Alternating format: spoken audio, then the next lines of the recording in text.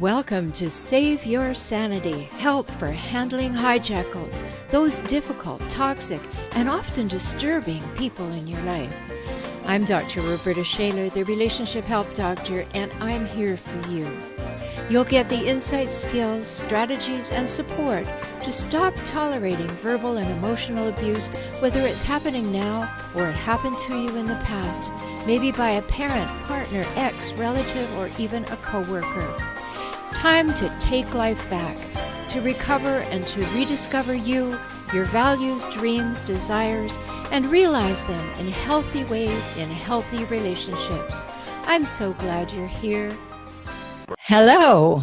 I'm so glad you're here because once again, we're going to talk about the difficult people in life. And I know you've known some because it's almost impossible not to meet at least one when you pass through this lifetime. And I bet you're nodding. I bet you're saying, yes, I know someone. It may not be somebody really close to you, but it may be somebody you dread seeing at the holidays or somebody that you know always puts you down, so you avoid them. And these difficult people, they're all around. So most emotionally healthy people first react to them by thinking, oh, they're just having a bad moment, or they're going through something, or it's a stressful time. And we give them the benefit of the doubt. We leave some space there for them to show us that that's not who they always are. So we excuse their behavior, and rightly so, because we don't know who they are. So we want to learn. So we sit back and watch. If we're smart, we're sitting back and watching. I have a little watchword for my clients, and I always tell them, when in doubt, believe the behavior, not the words. When in doubt, believe the behavior, not the words. When the behavior and the words don't match, believe the behavior. And if you happen to be with a relentlessly difficult person, and you know I call them hijackals, if you happen to be with one, you have probably made excuses for them, right? I know I'm right, because people do that all the time. And you think that, oh, they'll get a little better or they'll be a little different. I really want to encourage you to look at that behavior, not the words. Look at the behavior right away and say, I'm going to believe the behavior. I'm going to believe the behavior. Oh, I don't want to. No, I really don't want to, because this person is attracted to me and I'm attracted to them, and I want something to work out. I want a companion in my life. I want everything that is possible that I've read about in every magazine. And so I don't want to mess with it. I'll just make some more excuses. And the more excuses that you make, the more exceptions that you make to what's all right with you, the more they take advantage of you. Now, remember my definition of a hijackal, and I trademarked that term because I don't think it's necessary for any layperson to be using clinical terms to describe somebody. Why do I feel that way? Because if you go online and you decide that the person you're with, this relentlessly difficult person, is a narcissist or a borderline or a sociopath or a narcopath or any one of those things, then you start talking about them as though they're a them, and no longer are you part of the relationship. And then it's all their fault, and they're always like that, and ain't it awful, and she is doing me wrong. That doesn't help you. So I wanted to make it simple. Here's a non-clinical term that means people who behave in certain patterns. Hijackals.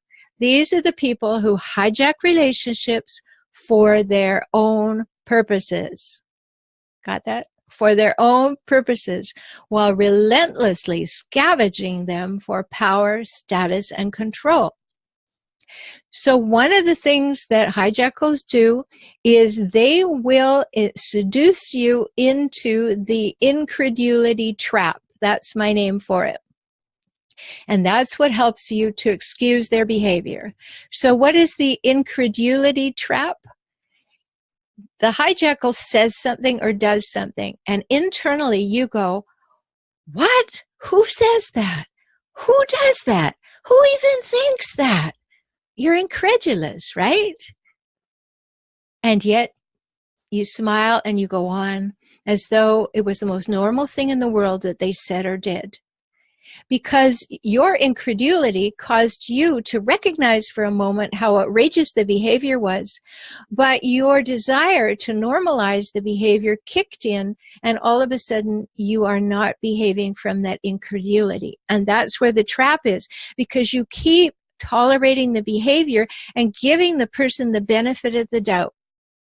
And then, I hope, you don't.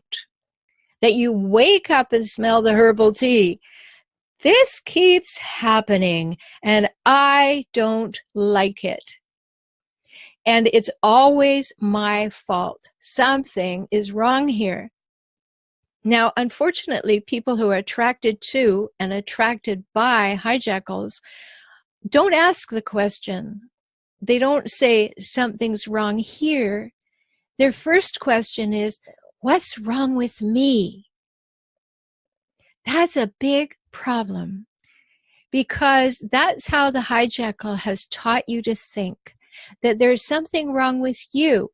The hijackal wouldn't be so angry, wouldn't be so upset, wouldn't be so having to go out and leave you behind, wouldn't need to take control of the finances if it wasn't your fault. Do you see the pattern?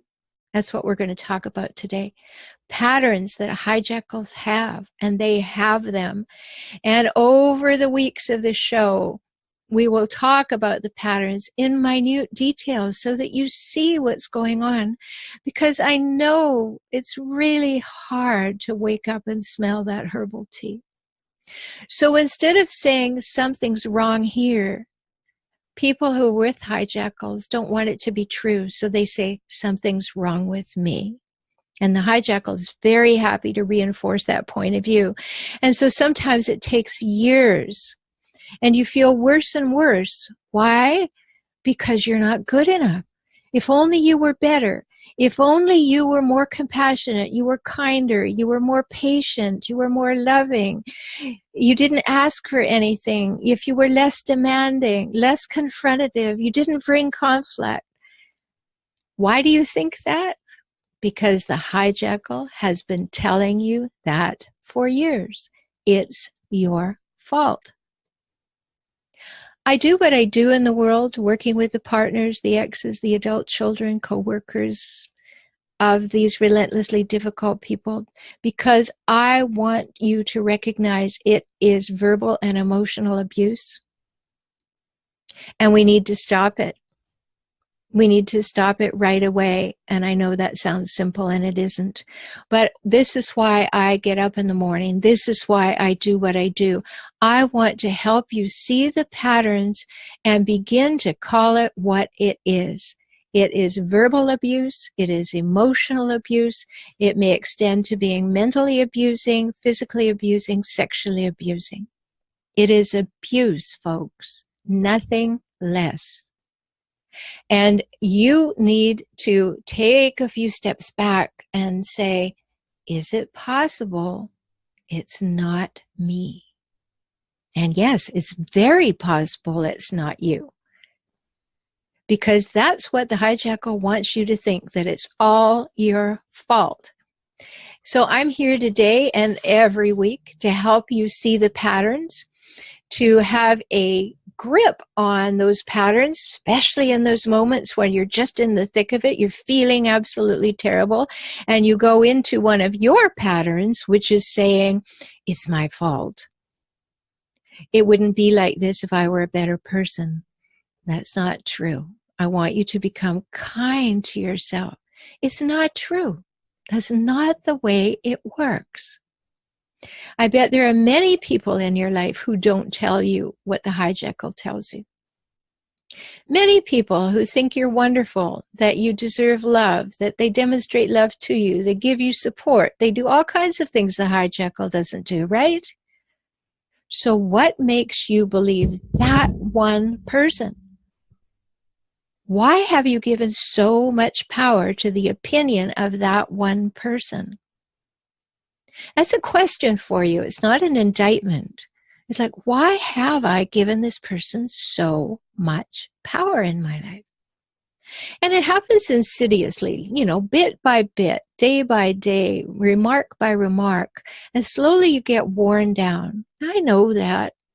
I've been with a hijackal. I was raised by a hijackal. I divorced a hijackal. I know about this. It's not just my profession. I live this. This is why I want to help you understand this. Because when we're talking about these patterns, then you can start to see that they are predictable. And if they're predictable, then I can be ready for them when they happen. And that's why I have the programs that I have to help you be ready to see the patterns, to anticipate the patterns, and to have a new response to those patterns. Make sense? I hope so. Because it is truly important for you to see. Have you ever been out with a hijackal? Maybe you've been with them for a long time and you go out and you're with some other folks and they are so nice. They are nice to everyone. They are fun. They are the life of the party. They are charming. They seem to be empathetic. Believe me, that's an act. They're just mimicking empathy because they don't have any. But they just seem to be that person you fell in love with, right? And in your mind, you're going, why can't they treat me that way?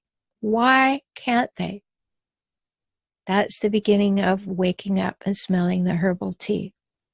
Because they want power over you at home, and they don't want anyone in the world to know any different about them. So today, a little later on in the program, we're going to talk with my guest, Dr. Karen Covey, and she, by all means, she, my colleague, is a divorce attorney and mediator. So we're going to talk about what goes into actually leaving a hijackal. So be sure to stay tuned for that in a while. And we're going to tackle just how predictable they are when you're trying to leave them, because they certainly fall into patterns then. So predictable. In what way are they predictable? Well, one big way. They always want to and need to win. Doesn't matter what tiny thing you're speaking about or what huge life decision you're discussing, they want to and need to and demand to win. Now, did something just flash in front of your eyes right then? Did you all of a sudden just realize, yes, that's what happens. Large or small, doesn't matter. They have to win. They have to have the last word. They have to be right. A pattern. And they want to win. And you want them to like you. So you learn to compromise, which is not a bad thing to do sometimes. They count on that. Then you find yourself compromising so much that you want to give up. Does that pattern sound familiar? Maybe you've already given up, but I'm here to say, no, stand up again.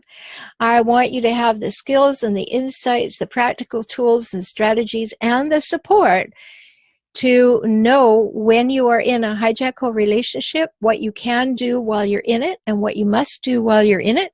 And then if you decide to leave, how to do that in the best possible way. So you've given up. You know that they have to win. They always have to win. And still you seem somehow to believe it's your fault. Don't worry. That's common. That's normal. It's a pattern. You got that in your childhood somewhere, that you are normalized to having people treat you poorly, to speak about you poorly, right? There's somebody in your family who speaks to you that way too, or someone in your early life. And so it doesn't seem so outrageous as it seems to other people who do not have that in their family. And then, as I said earlier, you have this idea that if you could only be more patient, more kind, more compassionate, more understanding, then the hijackal wouldn't be, quote unquote, forced to treat you that way. Isn't that something, how they always turn it around on you? That it's your fault they're upset. Do you see how backward that is? That is really just backward. Imagine if you could go through life saying everything is everybody else's fault. I am just perfect as I am, and everybody else is at fault. I was watching an episode of Bridezillas last night. Don't ask me why. And I just was fascinated by the hijackal nature of these Bridezillas. Outrageous behavior. Absolutely outrageous behavior. And if you want a dose of reality, go and watch Bridezillas. Watch the last season, about episode 3 or 4. See a couple of real hijackals at work there. And when you see that on the television, you go, wow, that's just the way my hijackal behaves. It'll help you. It'll help you see that there it is. They're not related to you. They're right out there, and you can see them on the TV screen. Then, of course, where would any talk show host who's in the relationship business be without hijackals? Even Jerry Springer loves a good hijackal, right? So these are the people who are constantly disrupting things, and they behave how? In ways that make you incredulous, right? You fall into the incredulity trap. So your hijackal tells you everything is your fault, and you accept that. What if that was your mom or your dad? Can you imagine how that pattern got established when you were little, and how it shaped you before you even had language? You know, in last week's show, we talked about a phenomenon called adverse childhood experiences. If you didn't hear the show, go back and hear it. My guest was Christine Baumgartner, and look at that with a new listening ears. If you can look at it with your ears, that is. Look at it and say, wow, maybe there's something to that in my life. Maybe I was normalized to this behavior well before I even had language. Maybe I was seeing it all around me in my family. And so it just seems to be the way people do things. And then when I don't think they should, I'm kind of at some level feeling like I'm making my family wrong. And I'm uncomfortable with that, so I make myself wrong. Happens, right? It happens a lot. So if you came from one of those kind of families, you're quite ready to be put down, and you'll do it for them. You will make yourself small. I want to help you get big again. And even if you've never felt really big, I want to help you do that, because you deserve to have a full, rich life in which you are loved, in which you are cherished, and in which you have the absolute right to express what you think, what you feel, what you need, and what you want. Sound good? Great. So, patterns. Everything is your fault, therefore you are always to blame. That's a pattern. And then there are the explosions and the expletives on one side. And on the far other side, there's the sulking, pouting, cold shoulder, right? And you never know what's coming your way. Somewhere between that, you're going to find the answer. And what's this for? It is all to control you. All to keep you small, keep you controlled, keep you feeling everything is your fault, keep you knowing that you cannot win. And many hijackals even take over all the family finances. And therefore, what are you supposed to do then? We're going to have a show about that. So if these things are sounding familiar, I'm really glad you're listening today. Because this is emotional abuse. This is verbal abuse. This is damaging to you. And I know it's difficult. I know it's really difficult to say, I need a change. Even more difficult to say, I deserve a change. And I am going to find a way to make that change. And it will be by baby steps. You know, when I wrote this red book behind me, Kaizen for Couples, Kaizen is a Japanese system which is small, positive, incremental steps. And we need to make small, positive, incremental steps when we find out finally that, wow, I am dealing with a hijackal. I'm so glad you spent this time with me today. I hope you heard something that touched your heart and empowered you to move forward. You can have the life and relationships that you most want, and that begins with you, within you, today. I'm always here for you. Life can get better, and you heard that from me, the Relationship Help Doctor. I'm Rhoberta Shaler, and I work with clients throughout the world through video conferencing. We can talk. So learn more at forrelationshiphelp.com, forrelationshiphelp.com, or visit me on YouTube at For Relationship Help. Join me for next week's show.